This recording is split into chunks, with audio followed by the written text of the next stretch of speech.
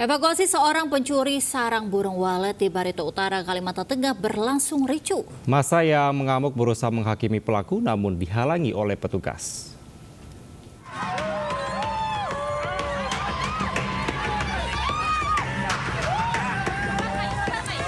Evakuasi pencuri sarang walet warga di Kelurahan Jinga, TW Tengah, Barito Utara berlangsung ricuh. Puluhan warga berupaya menghakimi pelaku namun dihalangi oleh aparat kepolisian. Aparat sampai harus melepaskan tembakan peringatan ke udara untuk menghalau puluhan warga yang membawa senjata tajam dan pentungan. Pelaku langsung dibawa ke kantor polisi bersama sepeda motor pelaku sebagai barang bukti. Pelaku tertangkap basah warga saat membobol bangunan sarang walet. Pelaku yang panik melihat kedatangan warga berusaha kabur melalui atap bangunan. Namun usahanya sia-sia karena warga telah mengepung akses keluar. Terpojok, pelaku akhirnya bersembunyi di dalam bangunan dan mengunci pintunya dari dalam. Untuk burung nggak bisa keluar. Rumah mana maksudnya? Di walet itu? Di walet itu masuk rumah warga itu. Itu siapa ya awalnya yang? Yang pemiliknya. Pemiliknya. Mau lihat tadi tuh.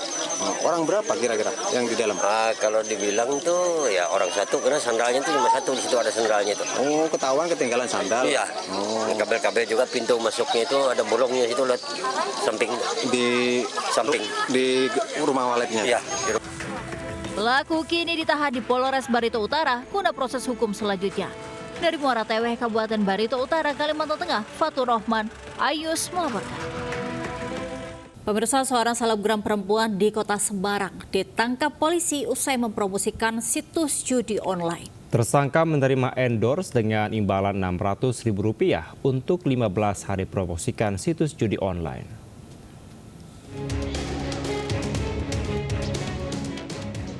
DW, 19 tahun, seorang selebgram asal Kabupaten Pati, Jawa Tengah, ditangkap tim cyber Satreskrim Polrestabes Semarang karena mempromosikan situs judi online melalui media sosial Instagram miliknya.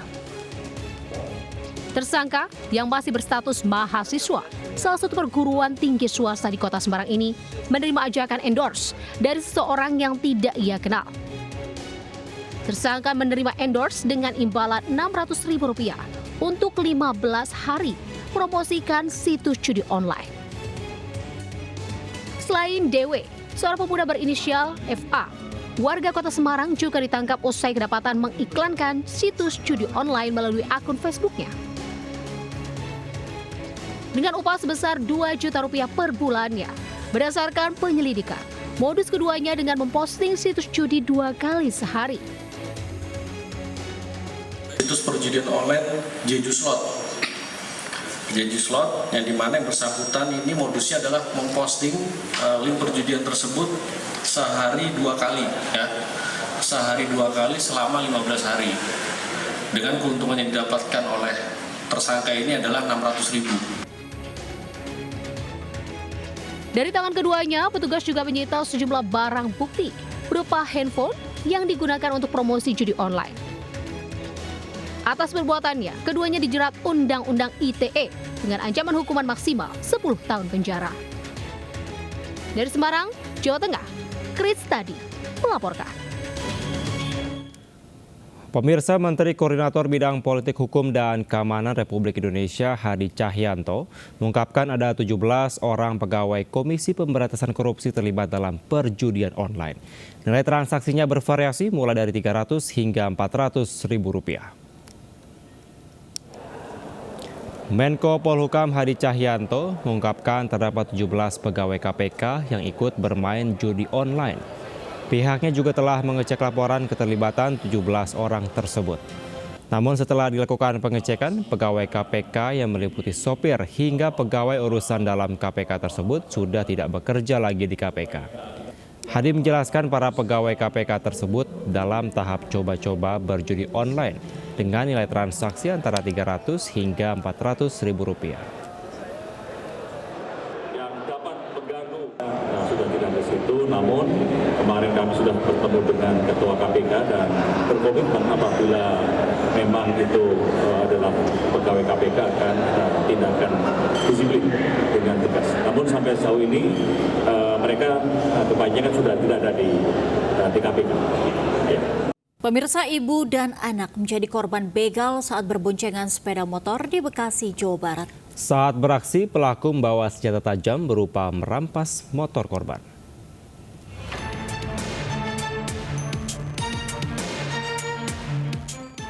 Seorang ibu dan anaknya terjatuh setelah dipepet 3 pelaku begal di Jalan Raya Kobra, Desa Tambun, Kecamatan Tambun Selatan, Kabupaten Bekasi, Jawa Barat, Selasa dini hari. Salah seorang pelaku yang membawa senjata tajam berupaya merampas sepeda motor korban. Namun celuritnya terjatuh dan diambil korban yang langsung berteriak. Pelaku pun panik dan langsung kabur. Sementara warga berdatangan menolong korban. Nggak teriakan doang, tapi kita lihat udah kagak ada lagi orang itu. Udah kabur pelakunya ya? Udah kabur pelakunya. Tapi sempat lihat gak Pak, pelakunya itu berapa orang? Nggak lihat, kalau pelakunya nggak sempat lihat. Cuman korbannya aja ditinggal gitu Pak ya? Korbannya aja ditinggal. Dengan kondisi luka ringan, korban akhirnya melanjutkan perjalanannya. Dari Kabupaten Bekasi, Jawa Barat, Didit Junaidi, Anyus melaporkan. Sorak-sorai warga menyambut kedatangan Peggy Setiawan di kampung halamannya Desa Kepongpongan Talun, Kabupaten Cirebon, Jawa Barat. Ratusan warga desa terlihat antusias menyambut kedatangan Peggy Setiawan, bahkan menunggunya sejak pagi. Ratusan warga pun berkumpul di halaman rumah Peggy untuk menyambut kedatangan Peggy yang baru dibebaskan dari status tersangka kasus pembunuhan Vina. Sejumlah warga mengaku telah menunggu kedatangan Peggy sejak pagi.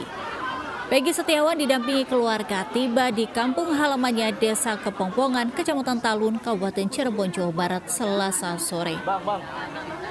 Peggy Setiawan pun menyampaikan rasa syukur serta terima kasihnya kepada seluruh masyarakat Indonesia yang telah mendukungnya.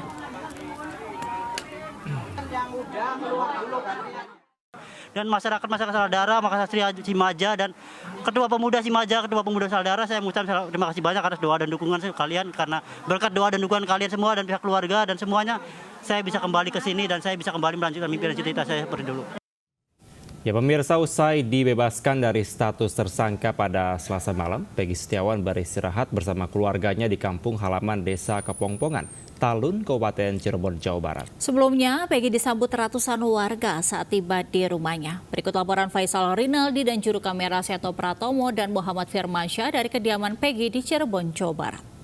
Ya pemirsa, mantan tersangka kasus pembunuhan Vina, Peggy Setiawan telah pulang ke kampung halamannya. Di mana Peggy Setiawan telah tiba di kampung halamannya yang berada di Desa Kepongpongan, Kecamatan Talun, Kabupaten Cirebon, Jawa Barat. Antusiasme dari masyarakat ini sangatlah tinggi untuk menyambut kedatangan dari Peggy Setiawan. Dari pantauan kami memang ratusan dari masyarakat atau warga Cirebon rela berdesak-desakan untuk bertemu sekaligus memberikan selamat kepada Peggy Setiawan. Nah, memang setibanya di kediamannya memang Peggy Setiawan menyampaikan sejumlah kalimat khususnya kepada masyarakat yang memang sangat antusias dan juga mau mengawal kasus Peggy Setiawan ini hingga Peggy Setiawan dibebaskan dan juga dinyatakan bahwa penetapan tersangka Peggy Setiawan ini tidak sah. Kemudian dapat kami informasikan pula bahwa Peggy Setiawan memang sempat memberikan sejumlah kalimat khususnya atau poinnya adalah mengucapkan rasa terima kasihnya kepada seluruh masyarakat Indonesia yang memberikan dukungan dan juga sekaligus mengawal kasusnya hingga tuntas atau hingga dibebaskan. Pemirsa, dapat kami informasikan pula bahwa memang pembebasan Peggy Setiawan ini setelah Hakim Tunggal Eman Sulaiman memutuskan menerima gugatan pra peradilan yang diajukan oleh Peggy Setiawan. Kemudian Hakim Tunggal Eman Sulaiman memutuskan bahwa penetapan tersangka yang dilakukan oleh Polda Jawa Barat terhadap Peggy Setiawan ini tidak sah. Dan untuk saat ini memang Peggy Setiawan telah kembali ke kediamannya yang berada di Talun, Kabupaten Cirebon, Jawa Barat. Dari Cirebon, Jawa Barat, Faisal Rinaldi, Seto Pratomo, Muhammad Firmansyah, Anyus melaporkan. Pemirsa, KPK menetapkan 3 tersangka kasus korupsi PLN Unit Induk Pembangkitan Sumatera Bagian Selatan atau Sumbaksel. Ketiga tersangka langsung dilakukan penahanan untuk kelancaran proses penyidikan. KPK mengumumkan 3 tersangka kasus dugaan korupsi di PT PLN Persero di Unit Induk Pembangkitan Sumatera Bagian Selatan yang merugikan keuangan negara sebesar 25 miliar rupiah. Ketiganya adalah General Manager PT PLN Unit Sumbaksel Bambang Anggono, Manajer Engine PT PLN Budi Widi Asmoro, dan Direktur PT Truba Engineering Indonesia Nehemia Indrajaya. Diduga korupsi terkait pekerjaan retrofit sistem shoot blowing atau penggantian komponen suku cadang untuk mendukung dihasilkannya uap pada PLTU Bukit Asam PT PLN Persero, unit induk pembangkitan Sumbaksel tahun 2017 sampai 2022.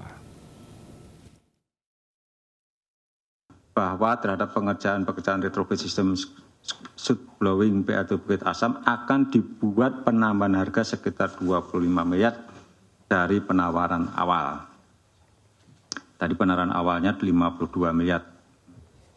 Terhadap kondisi tersebut, BWA, ME, selaku Deputi Manager Engineering, FDPH, selaku Asisten Engineering Reverse dan Rekayasa Divisi Engineering menyepakati skema penambahan harga anggaran pekerjaan dilakukan dengan cara seolah-olah terdapat penambahan atau perubahan spesifikasi teknis proyek jenis shoot blower dengan cara membuat atau merubah dokumen KKP yang pertama.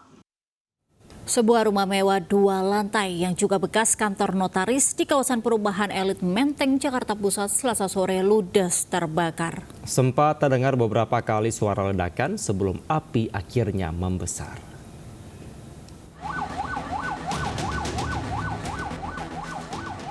Kobaran api seketika membesar dan membakar sebuah rumah mewah 2 lantai yang juga bekas kantor notaris di Jalan Yusuf Adiwinata, Menteng, Jakarta Pusat Selasa sore. Api pertama kali muncul dari salah satu kamar yang ada di lantai 2 yang kemudian membesar dan melumat habis seluruh barang di dalam ruangan. Petugas pemadam kebakaran langsung diterjunkan ke lokasi guna melakukan pemadaman. Menurut salah satu pegawai kantor notaris, sempat terdengar beberapa kali suara ledakan keras sebelum muncul kobaran api. 3 pegawai yang ada di lokasi seketika panik dan langsung keluar untuk menyelamatkan diri. Di babak makanya langsung mati gelap, mati tuh, saya turun, lampu mati, saya turun. Pokoknya ada asap situ, keluar api, nggak lama keluar api. Sempat ada ledakan nggak sih? Ada ledakan. Berapa kali? Oh, salah 2 kali, das, apaan tuh? Nggak lama lampu mati, saya turun. Petugas pemadam kebakaran berupaya menjinakkan si jago merah sekaligus mencegah kebakaran kian meluas menyambar bangunan rumah lainnya. Dari Jakarta, Ranisong Sanjaya, Ayus melaporkan. Sebuah bis berpenumpang 32 orang dan 3 awak terbakar di jalan tol Jombang, Mojokerto, Jawa Timur. Seluruh penumpang selamat, namun barang bawaan mereka ludes bersama bus tersebut.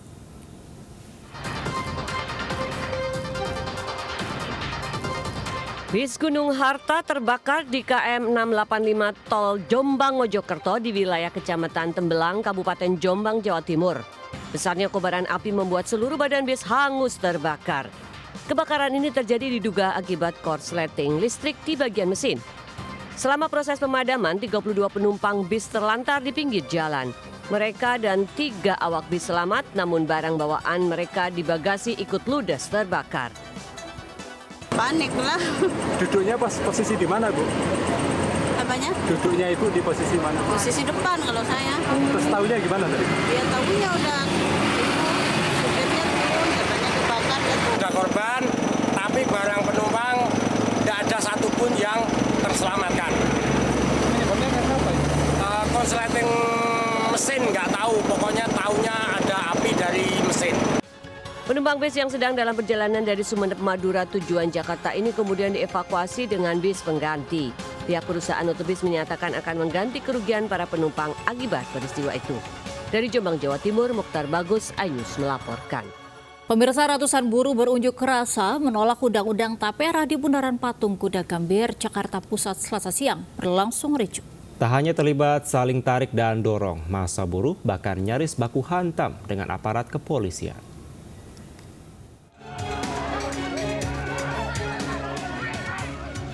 Kericuan terjadi dalam unjuk rasa menolak Undang-Undang Tabungan Perumahan Rakyat Tapera di Bundaran Patung Kuda Gambir, Jakarta Pusat. Massa buruh yang tergabung dalam Konfederasi Serikat Buruh Seluruh Indonesia saling tarik dan dorong dengan aparat kepolisian. Situasi kian memanas hingga nyaris baku hantam. Koordinator massa pun berupaya mengendalikan emosi massa. Kericuan terjadi saat massa buruh nekat memblokade Jalan Medan Merdeka Selatan. Polisi yang berjaga pun menggiring paksa massa membubarkan blokade, namun justru mendapat perlawanan. Terkait khususnya tolak tapera, di mana tapera, tabungan perumahan rakyat, kita pikir bahwa inilah kebijakan yang tidak pro dengan buruh. Mengingat saat ini upah buruh tidak lebih kenaikannya dari 1-2%. Ternyata tapera ada pemotongan 3%. Selain melakukan aksi turun di jalan, KSBSI juga mengajukan permohonan uji material Undang-Undang Nomor 4 Tahun 2016 tentang tapera ke Mahkamah Konstitusi. Dari Jakarta, Ranistun Sanjaya, iNews melaporkan. Pemirsa, harga sejumlah sembako mulai mengalami kenaikan di Pasar Kebayoran Lama pada Selasa. Ya, harga minyak curah yang semula Rp17.000 menjadi Rp18.000 hingga Rp19.000 dan juga gula kristal putih mencapai Rp20.000.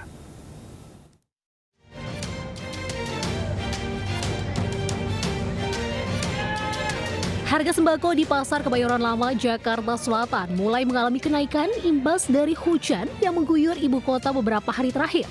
Minyak dan gula menjadi bahan pangan pokok yang mulai mengalami kenaikan harga.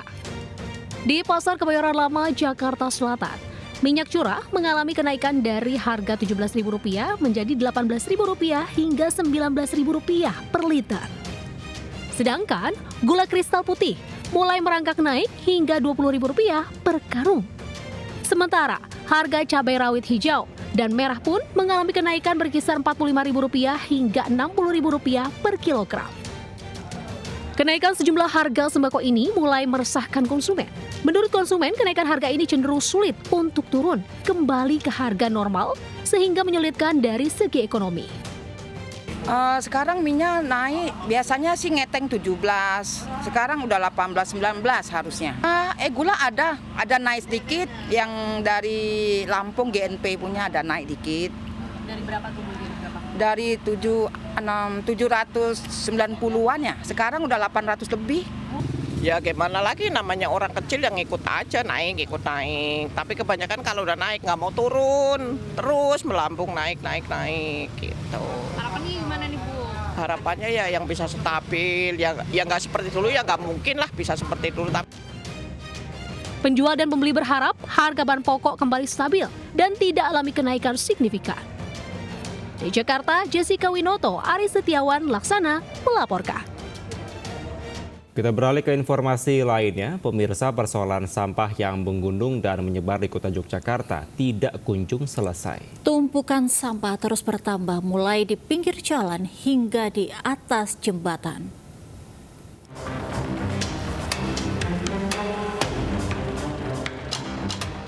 Sampah rumah tangga menumpuk di atas jembatan Jambu, Jalan Mas Soeharto, Danurejan, Kota Yogyakarta.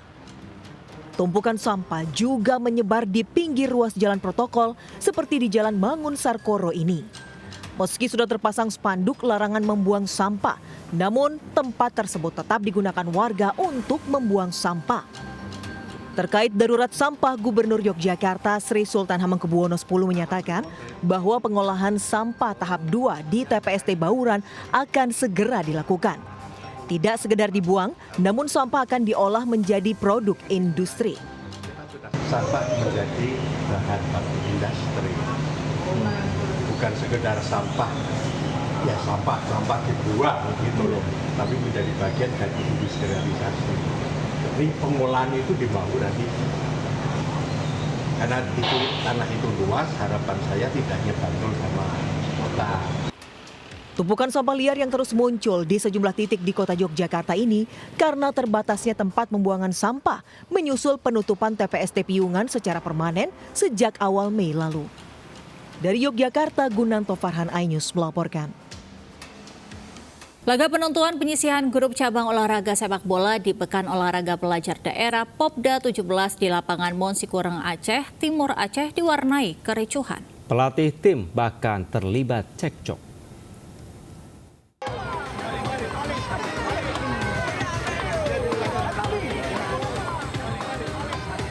Adu mulut terjadi dalam penentuan penyisihan grup cabang olahraga sepak bola di Pekan Olahraga Pelajar Daerah 17 di lapangan Monsikureng, Aceh Timur Aceh. Ricuh dipicu saat pemain dari tuan rumah Aceh Timur terpancing emosi dalam pertandingan melawan kesebelasan lawan dari Aceh Besar. Sejak peluit pertama dimulai, pertandingan yang mempertemukan tuan rumah Aceh Timur melawan tim tamu Aceh Besar sudah menyajikan pertandingan keras dari kedua tim. Keadaan memanas saat kedua pelatih dari kedua kesebelasan tersebut tersulut emosi hingga nyaris terjadi adu jotos, namun berhasil dilerai aparat keamanan.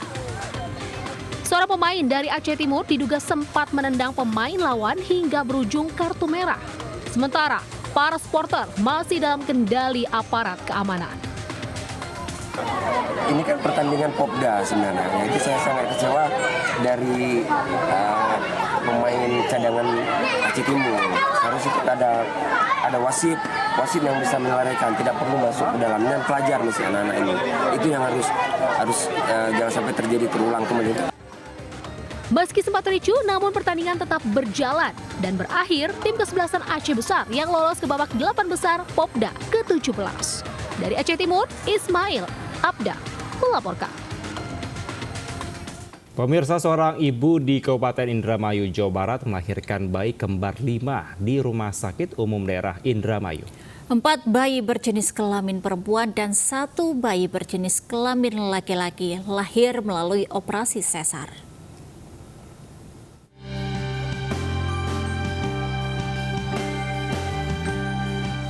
Lima bayi kembar ini lahir dari rahim Nuraini, warga Desa Bodas, Kecamatan Tugdana, Kabupaten Indramayu, Jawa Barat.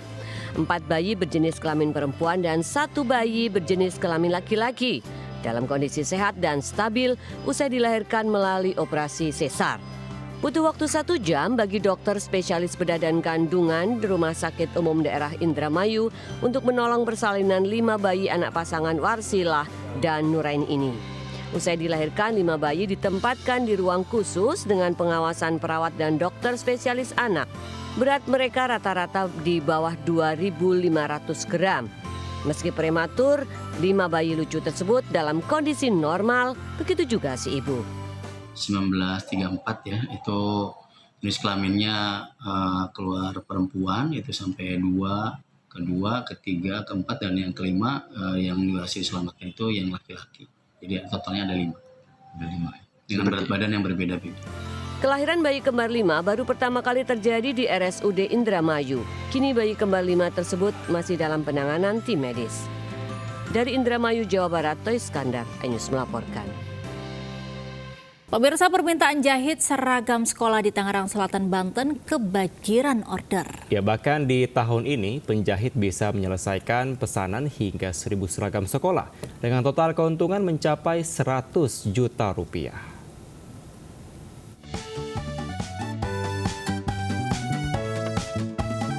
Tahun ajaran baru menjadi berkah para penjahit pakaian seperti Rahmi Sumartini serta suaminya, penjahit di Bakti Jaya Setu, Tangerang Selatan, Banten yang sibuk karena banyaknya pesanan. Mereka menerima order menjahit baju, pakaian olahraga, celana hingga bordir bed sekolah untuk anak TK, SD hingga SMP. Pesanan sudah mulai masuk dari bulan Februari lalu dan dikerjakan bertahap bersama karyawan. Saking banyaknya pesanan, baju seragam masih terus dikerjakan hingga September mendatang. Yang mudah-mudah dulu ya, seperti celana panjang, kemudian kemeja muslim, baju koko, kemudian meja batik, kemudian juga kita disusul dengan seragam-seragam olahraga. Tahun ini Rahmi bisa menyelesaikan hingga 1.000 seragam sekolah dengan total keuntungan mencapai 100 juta rupiah. Dari Tangerang Selatan, Banten, Nunung Purnomo, iNews melaporkan. Ya, pemirsa, jika Anda ingin menikmati wisata unik di Pulau Dewata, berkunjung ke Desa Jatiluwih di Kecamatan Penebel, Tabanan yang menawarkan segala aktivitas berbasis pertanian tradisional. Ya, selain itu di tempat ini wisatawan bisa menikmati indahnya hamparan sawah berkonsep terasering.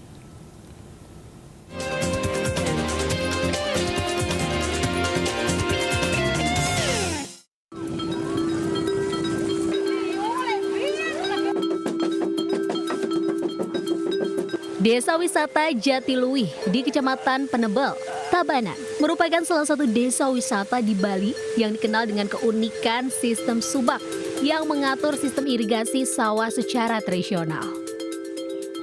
Tidak mengherankan jika UNESCO menetapkan Jatiluwih sebagai warisan budaya tak benda di tahun 2012. Menikmati keindahan area persawahan berkonsep teras ring di lahan seluas kurang lebih 53.000 hektar, para wisatawan tidak hanya bersuah foto, tapi juga bisa menyaksikan secara langsung sejumlah aktivitas pertanian tradisional Bali.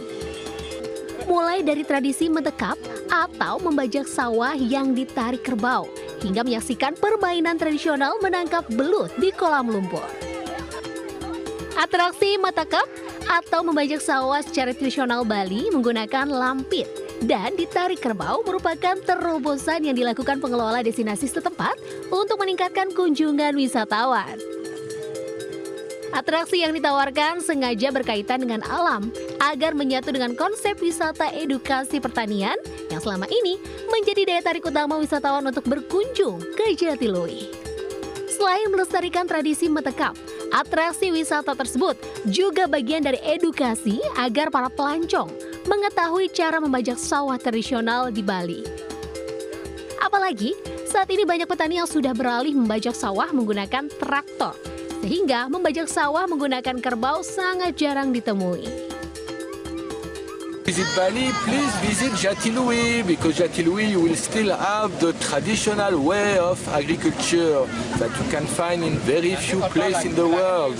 So you have this cow, still use the traditional way to work on the rice field.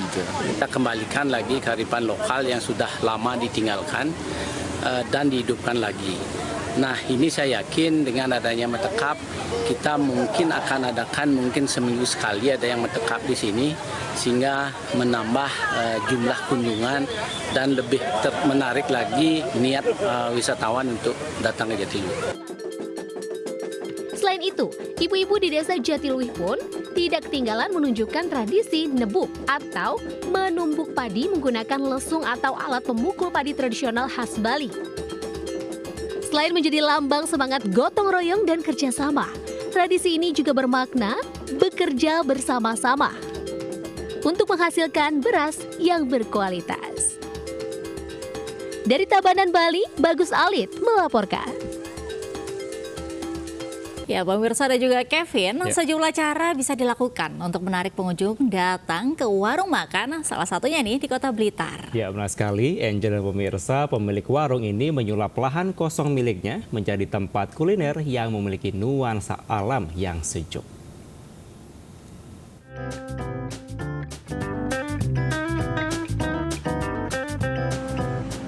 Nuansa sejuk dan asri, itulah yang terkesan saat berkunjung ke warung makan Mak Denok di Jalan Kalimantan, Kecamatan Sananwetan, Kota Blitar ini. Warung sederhana ini menawarkan berbagai menu makanan dengan nuansa alam yang menenangkan hati. Awalnya, tempat ini hanyalah lahan kosong yang tidak terpakai. Namun berkat kepedulian pemilik warung, lahan disulap menjadi tempat kuliner yang ramah lingkungan. Meski baru berdiri sebulan lalu, namun tempat kuliner ini tidak pernah sepi pembeli. Suasana yang sejuk karena dilingkari oleh pepohonan menjadikan daya tarik tersendiri bagi kaula muda untuk melepas penat kesehariannya. Di warung sederhana ini, pelanggan bisa menikmati berbagai menu makanan mulai dari nasi pecel, ayam bumbu kuning, rendang hingga mie instan dan bakso. Sebenarnya tahunya itu dari media sosial, maksudnya kan temanku di Blitar kebetulan, jadi dikasih tahu, ya ada baru nih, ada baru di Blitar ya, kayak aku diajak ke sini. Orang Blitar tuh yang dicari kayaknya emang nasi pecel, itu juga enak, kalorinya ya basic nih gitu, cuma bisa request, jadi ya mempermudah, enak sih, ya, suasananya mendukung juga, jadi enjoy. Mencari sesuatu yang beda lah, bikin tempat yang agak nyaman gitu. Cita rasa masakan yang lezat dan lokasinya yang instagramable membuat warung makan ini menjadi favorit warga. Dengan sentuhan kreativitas menjadi bukti nyata bahwa manusia dapat memanfaatkan potensi lingkungannya untuk memberikan nilai tambah yang bermanfaat bagi sesama. Dari Blitar, Jawa Timur, Robi Ridwan melaporkan. Kita ke informasi lainnya pemirsa, seorang nenek nekat melintas jembatan gantung yang kropos dan juga miring di Lebak, Banten. Ya, aksi sang nenek pun viral karena sangat membahayakan jiwa si nenek.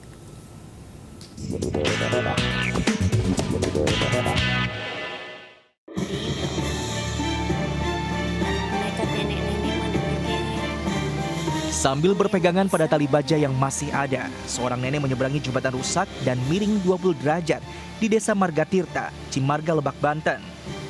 Aksi ini viral karena si nenek harus melalui jembatan dengan panjang 100 meter dengan bentangan 1,2 meter yang sudah berkarat. Sementara ketinggiannya lebih dari 20 meter dari atas sungai. Jembatan ini merupakan penghubung kecamatan Cimarga dan Cikulur dan menjadi satu-satunya akses tercepat untuk sampai ke pasar, sawah, hingga sekolah. Warga mengaku khawatir saat melintasi jembatan, apalagi jika turun hujan. Lantai jembatan yang mulai robek dan terbuka membuat jalan menjadi licin, sehingga warga khawatir terpeleset dan jatuh ke sungai. Dari Lebak, Banten, Iskandar Nasution, iNews melaporkan.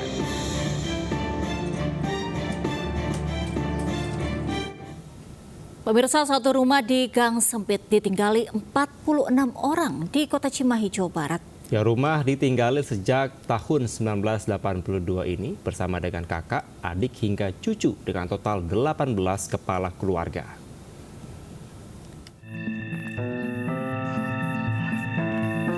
Rumah berukuran 70 meter persegi yang terletak di sebuah gang sempit ini terdata ditinggali 46 jiwa dengan 18 kepala keluarga, terdiri dari 34 dewasa dan 12 anak. Kunjungan aparat yang hendak memastikan kondisi itu membuat si isi penghuni rumah berdesakan keluar gang yang hanya bisa dilintasi pejalan kaki dan sepeda motor saja. Sebelumnya keluarga Sri Aminah sempat menyedot perhatian publik, bahkan viral di media sosial. Kondisi ini diketahui setelah Ketua RT setempat melakukan pendataan sekaligus pencocokan dan penelitian dalam proses tahapan Pilkada 2024 untuk Pilgub Jabar dan Wali Kota Cimahi. Berdasarkan data yang ada 46 jiwa, semuanya terdata dan kemarin pada saat pelaksanaan coklit semua juga sudah data. Berarti memastikan Pak, sampai hari ini tuh berarti 14 kakak ya Pak yang tinggal di rumah ini ya? 14 kakak berarti. Keluarga Sri Aminah mengakui sudah tinggal di rumah sempit ini sejak 1982. Saat ini rumah Sri ditinggali kakak, kemudian adik dan cucu. Dari Cimahi, Jawa Barat, Tim Liputan iNews melaporkan. Pemirsa, lanjutan Liga Futsal Profesional 2024 kembali digelar di Gor Nambu, Kota Tangerang, Banten. 8 tim saling berhadapan demi memperoleh 3 poin dalam 4 laga yang berjalan cukup sengit.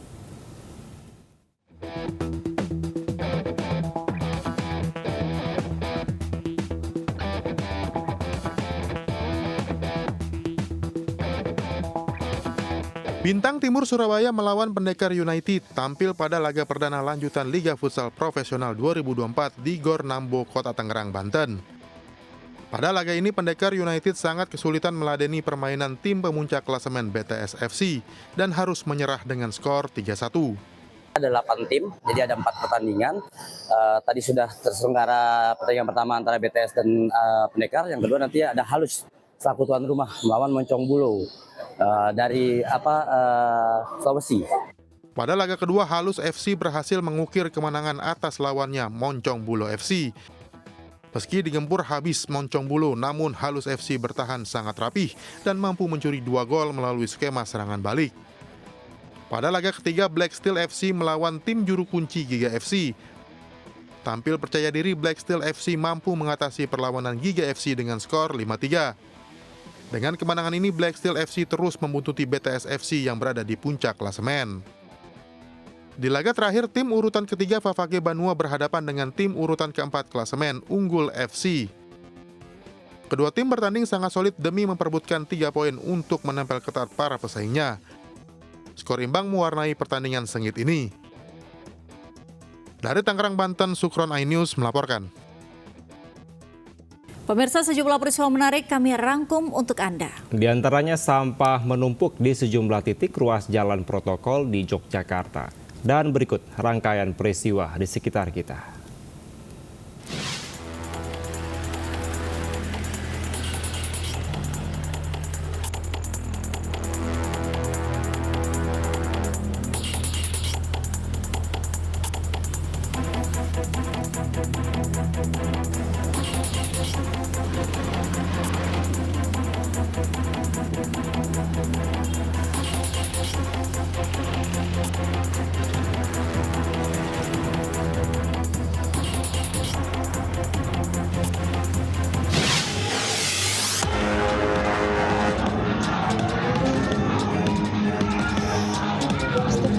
Bismillahirrahmanirrahim ya Allah.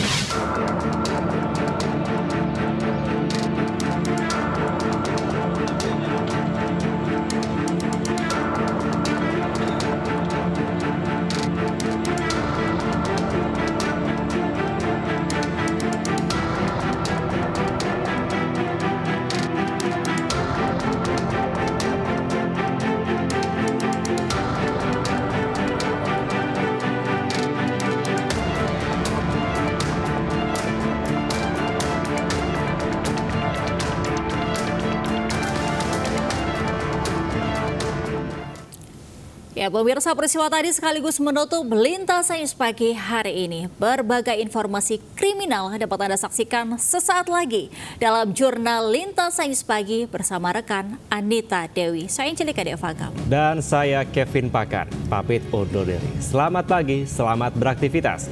Wassalamualaikum warahmatullahi wabarakatuh.